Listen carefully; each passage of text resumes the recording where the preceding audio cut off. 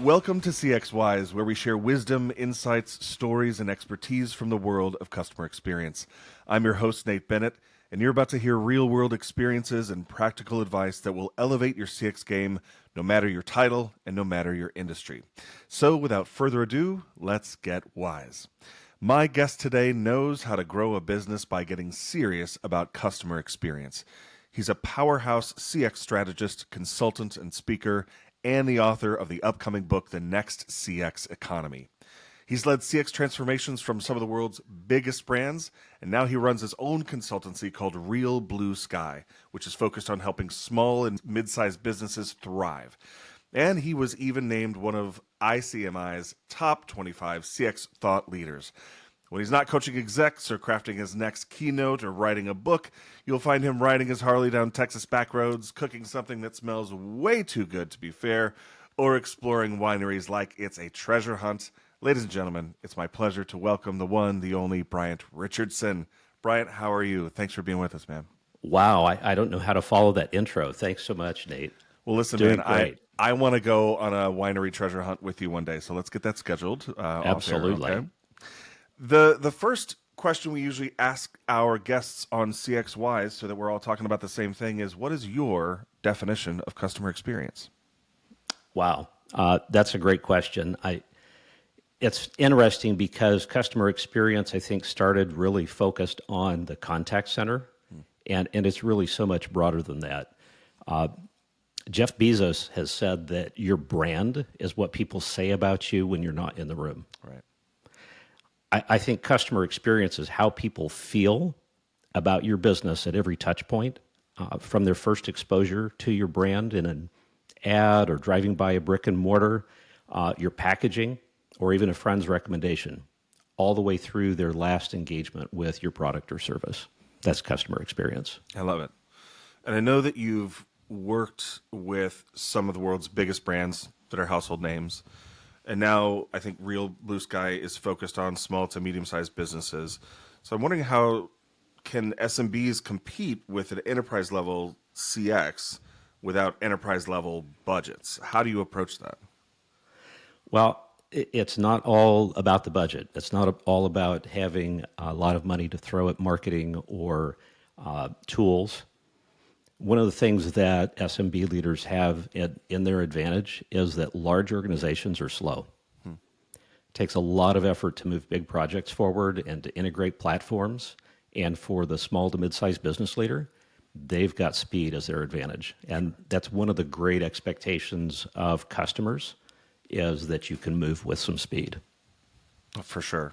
Agility is key. And speaking of agilities, you're kind of known for the CRAFT Agilities Framework.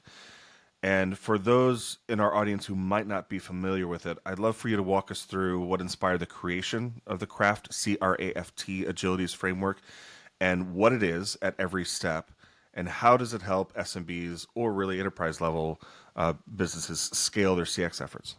Sure. Well, I've been working with global brands for, goodness, a lot of years, about 35 years to be exact.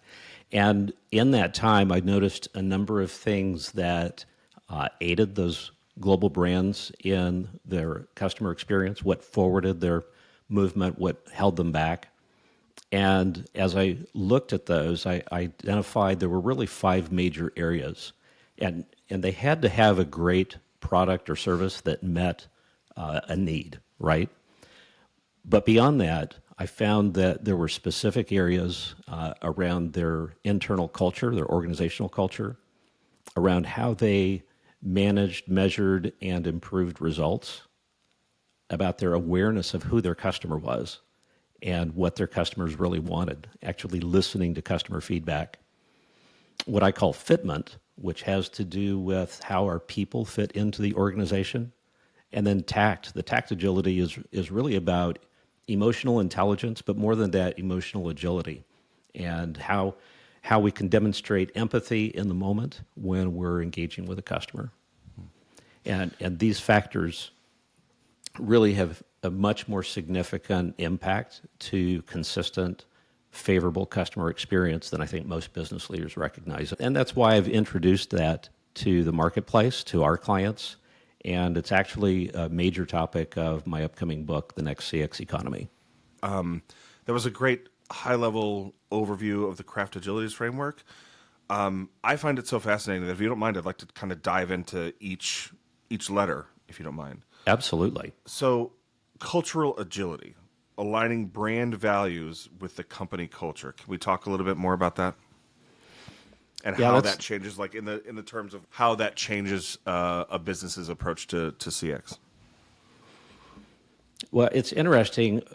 In my time in the space, I've come across so many organizations who have had as a main theme of their culture that they want to really drive customer experience, the customers first, they're customer-centric organizations. But then when we dig into how things get done in the organization, what gets rewarded and what doesn't, behaviors speak louder than those words. So what I mean by that is that very often an organization will say that the customer's first, but then they may be driving metrics that are more financial in nature. So, for example, when we dig into the contact center, they may be focused on AHT.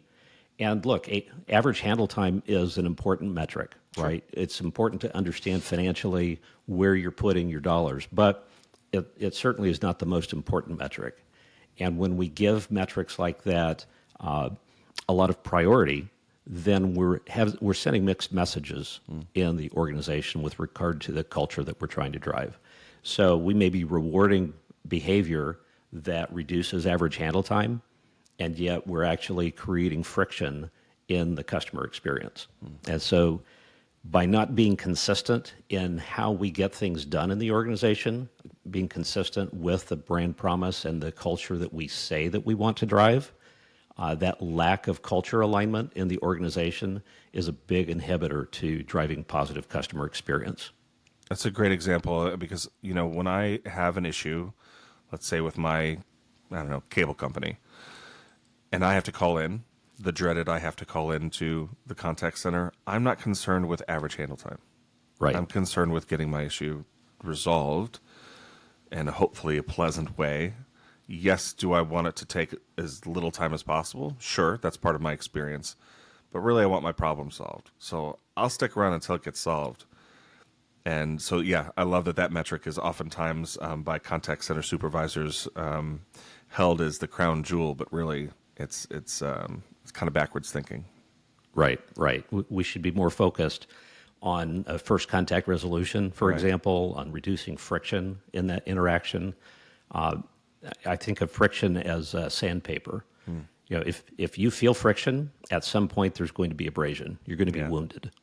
And it takes time and intention to recover from that wounding. Oh, man. I've definitely had some experiences over the phone with a contact center that felt like sandpaper being rubbed on my face. Right? Absolutely. All right, let's talk about results agility, measuring success and driving continuous improvement. Yeah, so the results agility, it's interesting. I can't tell you how many times we come into an organization and we find that they're actually measuring the wrong results. Oftentimes they're measuring activities instead of outcomes. And what do I mean by that? So one wealth management firm that we worked with has their own lead generation engine. They're using a contact center to make that happen. And when we went in, they were actually measuring how many calls they were making per day, per month, per agent. But they weren't measuring really the outcomes of those calls and understanding what was driving success in those calls and what was not. And so when we focused on the actual outcomes and rates of performance, and we could identify where we needed to help people, to coach them, then we started to see the needle actually move. So measuring the right results is a huge piece of the results agility. I would Quality say over quantity, essentially? Yes, that's exactly right. Yeah. But beyond that, though, it's not good enough to simply measure. We need to have some measure of improvement. And look, if an organization is seeking excellence, and I think all organizations should seek excellence, that's not perfection, right? But it is seeking getting better every day. And to do that, you need some sort of business process improvement or continuous improvement methodology that you're deploying. Something along the lines of Six Sigma for service, right? Sure. And most small to mid-sized businesses don't have a function that helps them drive continuous improvement. And that's one of the key areas that we help organizations to adopt. In fact, in that same organization I just mentioned, the example of the wealth management firm, we actually help them to deploy continuous improvement in that space. And so they continue to see significant lift even after our engagement with them has ended. That's great. And then awareness agility to deepen customer understanding and personalization. Yeah, so awareness is more than just knowing who your customer is. Though that certainly is an important aspect. Who your target market is, who your actual customers are, is significant. But one of the key areas that organizations tend to miss are listening posts. And so being aware of customer feedback and actually having mechanisms to be able to capture customer feedback in the moment that they're experiencing friction. One experience, you're talking about cable companies. I actually contacted my cable company yesterday. It was not, I don't have cable any longer, but they're providing my internet service. And that was a huge challenge. They have a natural language IVR up front, and gosh, it was struggling like crazy.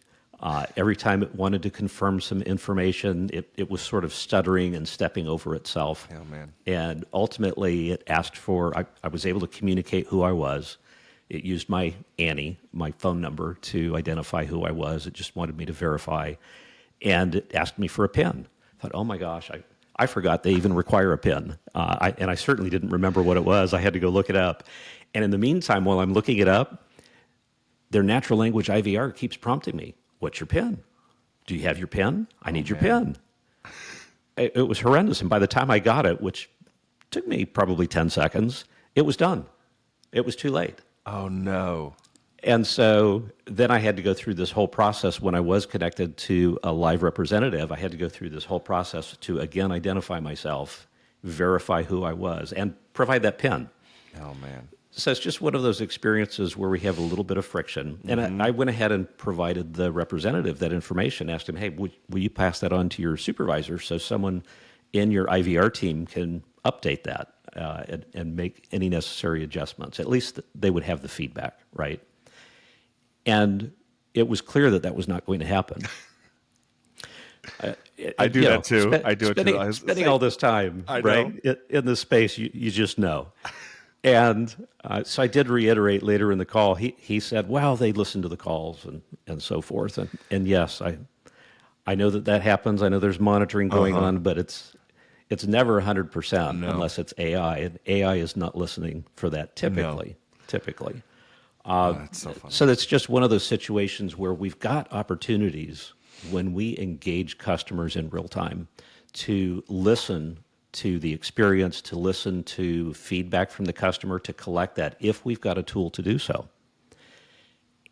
And what I see so often is we provide, as customers, we provide brands that we do business with feedback about the experience, either intentionally, like I did yesterday, or simply through the experience. And it could have been as simple as me saying, gosh, I just tried to provide that information to your IVR, and then coming back, here's my information, here's my PIN.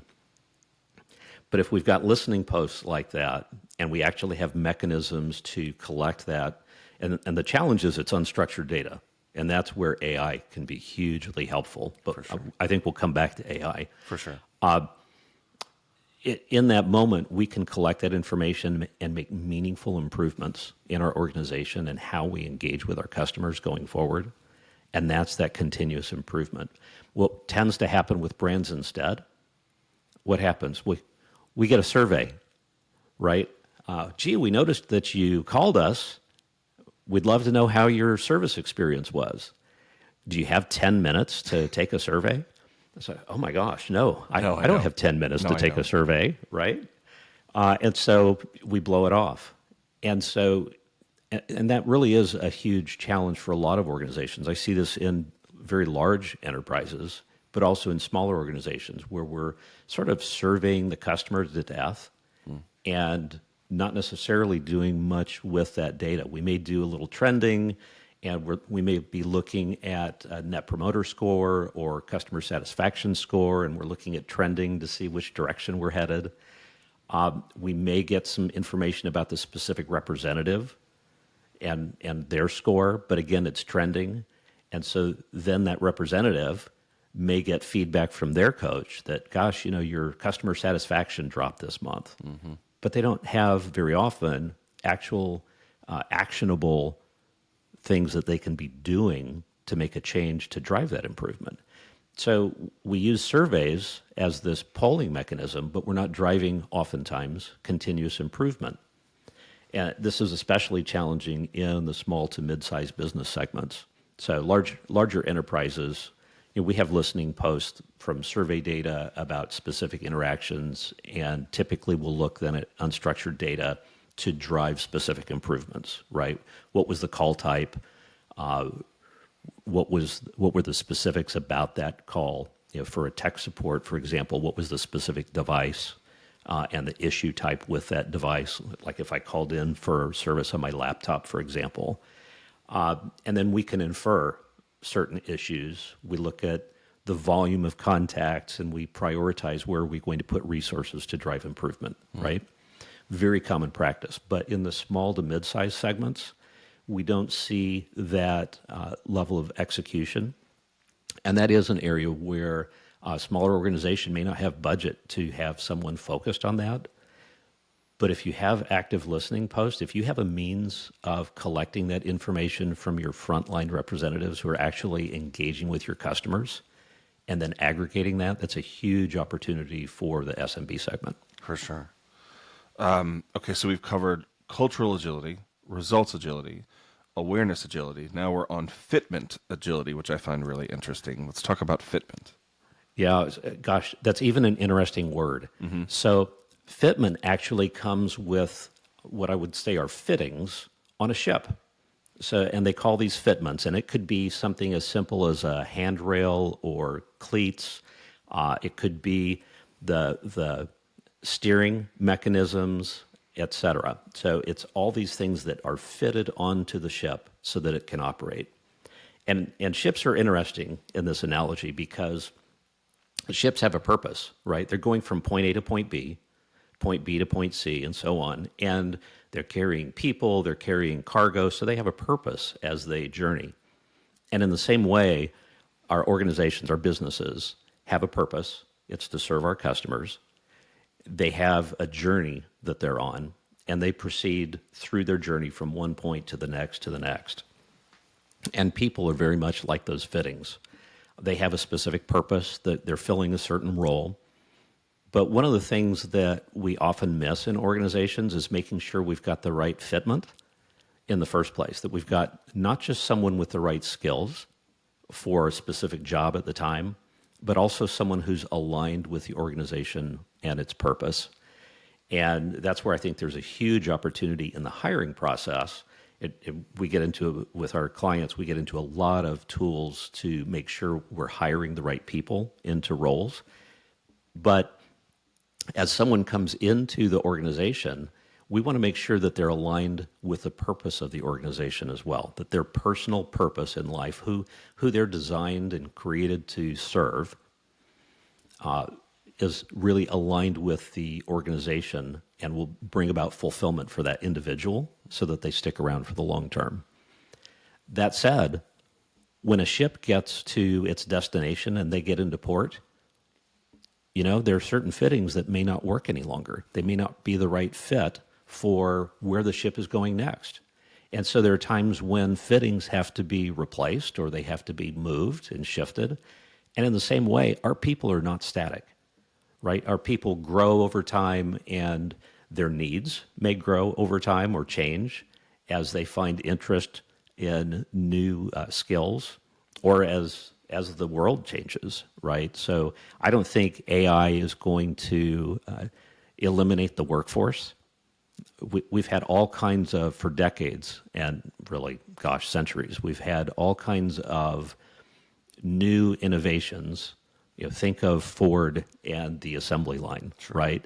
Everyone thought that jobs were going to go away, and certainly some jobs did go away, but new jobs were created. If you look at jobs in the market today, gosh, probably about 50% of current jobs didn't exist 20, 30, 50 years ago. Sure. So we will certainly see shifts, and people in their own skills will grow over time, and their interests will change, and their needs will change, and the organization's needs will change. Our purpose in going from point A to point B on that ship now shifts because we're in port at point B, and we're ready to move on to point C. So we've got a different destination now. And in the same way, the organization has its own journey, and people may not fit any longer in their current role. They may be a better fit for a new role. And so we need to be constantly evaluating, do we have all the right people in all the right places? And in the same way, at some point, the ship may no longer be a fit for that fitment. So in the same way, sometimes it's time for people to move on. They may have outgrown the organization or vice versa. And so it's having genuine and authentic conversations with people, really understanding what motivates them, what their personal purpose and drive is, to make sure that there's alignment in the organization. When we have that, we have tremendous employee retention. We create better employee engagement, better employee experiences, and ultimately, I always say that the customer experience will never be greater than the employee experience. 100%. 100%. And I love the analogy of the ship. If you try to make something fit that's not meant to fit, it's either you're forcing it in, and that's going to create what? Friction. Right. Or it's too loose and it's going to fall out.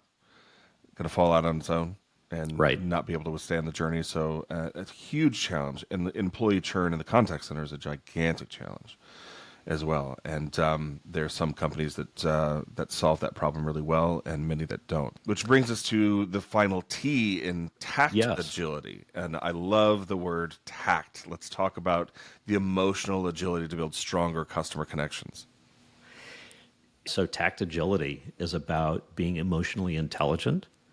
And there are really four aspects of emotional intelligence, right? There's self-awareness and self-management, others awareness, and relational management. And emotional agility, which I think is a fabulous term, is the ability in the moment to be able to recognize what's driving your response, how you're reacting to your world. So imagine a representative dealing with an irate customer. A customer's upset about the product, the service that did not meet expectations. And that representative is bringing their own background and their own baggage, if you will, to that interaction, right? And so it's being aware in the moment of your own responses and how you want to respond, how you want to react to that customer, and they may be a little aggressive. And it's also being aware in that moment of the baggage that customer may be bringing. I'm reminded of Stephen Covey's work on the 7 Habits of Highly Effective People. In one of those, he tells this story where he had been on a subway in New York City, and subway car is full of people, as they commonly are. He's seated, so he's a lucky one that got a seat. And this man comes onto the car at a stop with 4 young children, and the man sits down. He's somewhat sullen. The children are really rambunctious and really very disruptive to all of the passengers on the car. And finally, in the story, he says that he approaches the man and says, "Gosh, your children are being really disruptive. Is there a way maybe you could put them in a little better control of themselves?" And the man sullenly responds, "Oh, yes, I suppose I should. I'm not really sure what to do. We just left the hospital, and their mother just died. And I don't even know how to handle that." Well, even listening to that story, as many times as I've heard it and shared it with others, the paradigm shift that happens at the end when you realize what's going on, what he's bringing to the table at that moment, is huge. Yeah. And the reality is that when we are dealing with customers, we have no idea what they're bringing to the table, what they're experiencing in their own lives that is driving that experience. Does that make it okay to be abusive? Absolutely not. No. But recognizing as the brand representative, recognizing that that customer is bringing their own baggage, that you have no idea what that is, and being able to demonstrate some humanity, some empathy in their circumstance, nonetheless, is a huge advantage, really. And it's that ability to be empathetic in the moment that is a big differentiator. I've actually heard some prominent individuals in the CX space who, and gosh, I have to be honest here, for years, because I am not naturally a high EQ individual, and it's taken a lot of learning for me and a lot of mistakes over the years. But I have heard folks speak about empathy in the CX space as kind of a nice bolt-on, something you could add, but it's not really primarily necessary. And for years, I said, look, the customer wants three things in this order. They want you to fix the problem, don't waste their time, and ultimately, be courteous. Empathy came into that equation nowhere for years for me. And I've really come to realize that having an empathetic ear in how we respond to the customer is hugely disarming. And regardless of the ultimate outcome, whether you're able to solve the problem and in that moment or later or not, ultimately that empathetic ear is going to have a bigger impact to how they view that brand, not just the individual. So Tact Agility, for me, as I've studied this further, Tact Agility is absolutely huge, and it is game-changing. Huge, yeah. I one of my first interviews that I ever did was with a contact center supervisor. And we talked about the sort of requirements of a great support agent. And I said, what's the one thing when you're interviewing folks for your contact center that they have to have? And she said, I can teach them how to do everything, but I cannot teach empathy. If they don't have empathy, this is not the right fit for them. And I thought that was so good. A moment ago, you were talking about shifts in customer expectations, and I'm wondering about if you could share a moment in your experience where like a small shift in customer experience led to a big impact on customer loyalty or retention. Because it doesn't take much, right? It really does not. It is often just a small adjustment that drives that huge shift. In fact, the Bain & Company study, of course, that showed us that just a 5% reduction in customer churn can as much as double profitability for an organization, depending on the industry vertical. It tells us a lot. Yeah. So what kind of shifts? I've actually, going back to actually the wealth management client, we made some shifts in how they were addressing their prospective customers. And it was really, they were minor shifts in the messaging. And we saw a 2x shift in their take rates. So it's possible to make really minor changes in how we are engaging with customers and see just dramatic results in the end. That one change by itself was worth millions and millions of dollars in revenue for that client. That's incredible. Small thing, huge results. Yes.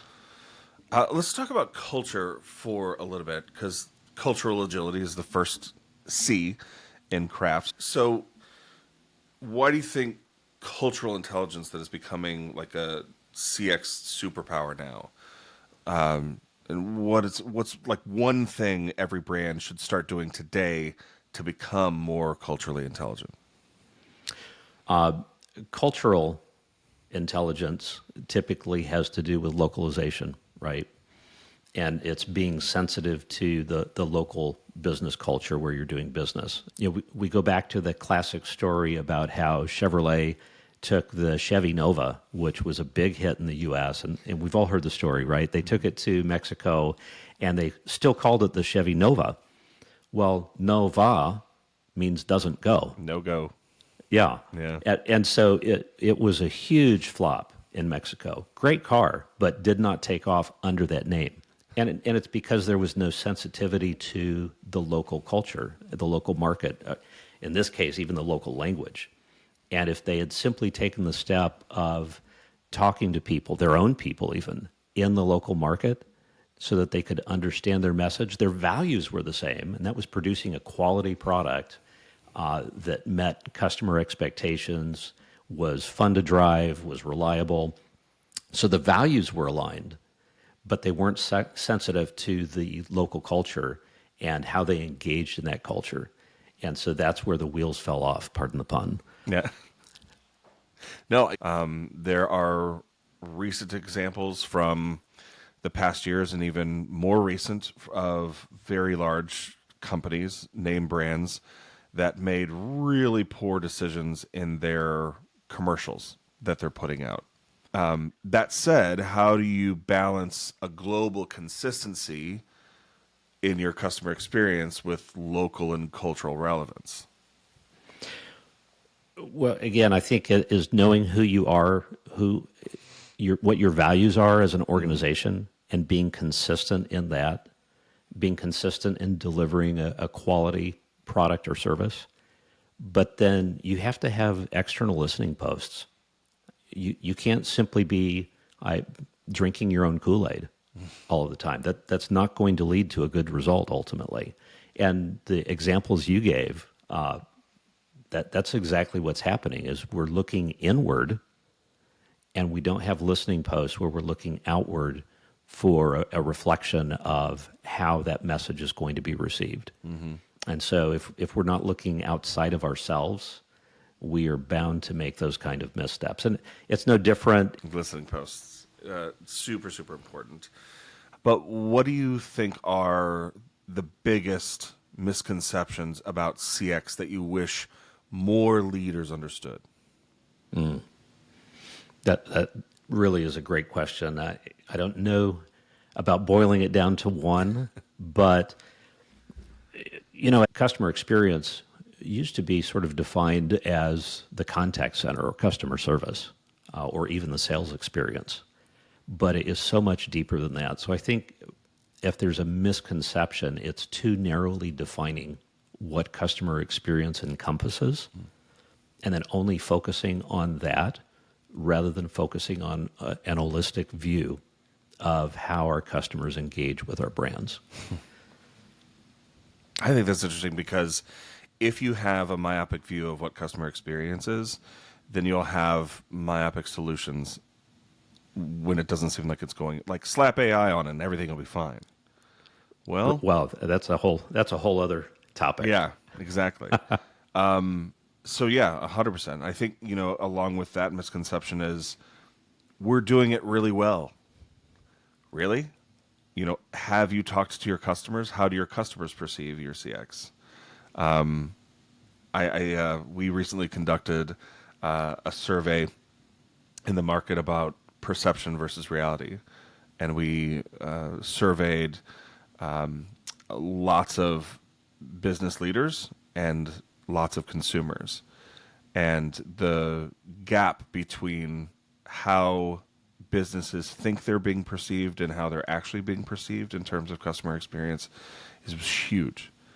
And I think, especially sometimes, and you would know this better than I would, but at the highest levels of some of the largest enterprises, it seems that oftentimes leadership can be really, really disconnected to their customer experience because of exactly what you said, too narrow of a definition.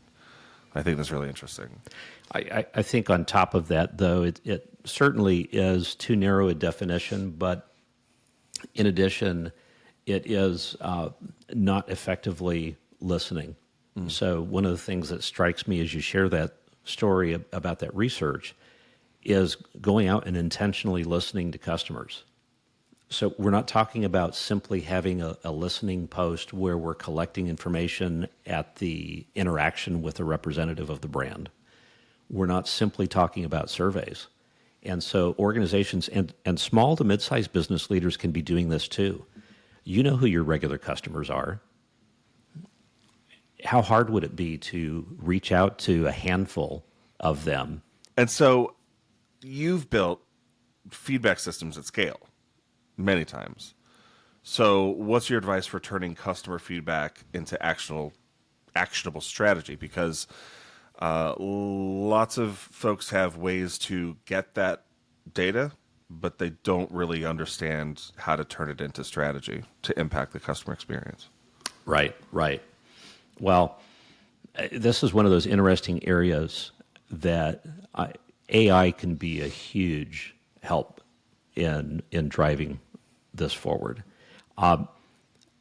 We look at AI as a tool, and we look at it, particularly in large organizations, as a means of reducing cost, getting a faster answer to the customer, and potentially aiding the agent or representative in their interaction with a customer. But typically, those require some sometimes expensive integrations to actually affect. And if we've got unstructured data, which is typically customer feedback type data, AI is a great tool to bring to bear with relatively low cost. There's typically not a lot of integration work that has to happen, and it could be no integration work depending on the organization. And so the ability to draw out themes and identify where those themes of experience, and this comes back to the continuous improvement methodology, right? You cannot boil the ocean. You do not have enough cycles, resources, funds to boil the ocean. You've got to do first what is going to drive the biggest impact in your organization. So as you draw out themes, you're looking for what floats to the surface. What are the biggest items that are impacting negatively the customer experience, and focus on those first. And typically when we work with clients, we're recommending that they take 2 or 3 at a time, that they work in sprints, that they measure what the impact is up front, identify the specific things that they're going to address, put in place, whether that's a new process, a new policy, that they implement, that they measure the result afterward. That is the end of the sprint, essentially, in order to identify their success. Did they address that issue sufficiently? Did they see a lift in customer experience feedback from customers? And start the cycle over again. So it's that continuous improvement loop. And I think applying AI here is just a tremendous tool. Do you see AI really impacting customer experience in smaller businesses the way that larger enterprises are expecting it to impact CX? I think smaller businesses have the same opportunities. Really? And in some ways, they have some advantages. Now, with a large organization, depending on the platforms, they may be deploying AI to actually listen to the call, to provide real-time assistance to the representative, or to give a real-time answer to the customer. And that's going to be more challenging for a smaller business to deploy, simply because they may not, if it's a retail business, they're not dealing with a customer over the phone or web chat, right? They've got a live customer in front of them at the moment. And so that's more challenging. But the ability to leverage AI and to be more responsive more quickly, to make adjustments in how they do business, that's really the superpower for the small and mid-sized enterprise. Bryant, my friend, you've been so generous with your time. I really appreciate it. But before we let you leave, I would love for us to hear a little bit about your upcoming book, The Next CX Economy, and kind of wondering where that book originated and sort of the problem that you saw in the space that you wanted to apply your 35 plus years of experience into one tome, if you will, that would be useful. Yeah, so it really goes back to my early exposure to entrepreneurship and small businesses. When I was a child and my dad started his business, and me getting back to my entrepreneurial roots when I launched Real Blue Sky. And despite the years of experience I've had in this space and the learnings that I gleaned that resulted in the CX Agilities, the CRAFT Agilities Framework, I recognize that for small and mid-sized business leaders, number one, they don't have the benefit of those experiences over decades with large enterprises. And they don't oftentimes have the benefit of a budget that could afford bringing in a consultant to help them with these things. And I wanted to make this accessible to the small to mid-sized business leader. And the next CX economy is really about helping small to mid-sized business leaders apply these principles in their own organizations in ways that really affect outcomes. Excellent. I can't wait to read it, and please do, after it's released, please come back so we can go through it chapter by chapter. I would love to do that. Bryant Richardson, you've made us all a little CX wiser today. Thank you so much for your time and your insights. Thank you, my friend. Thank you, Nate.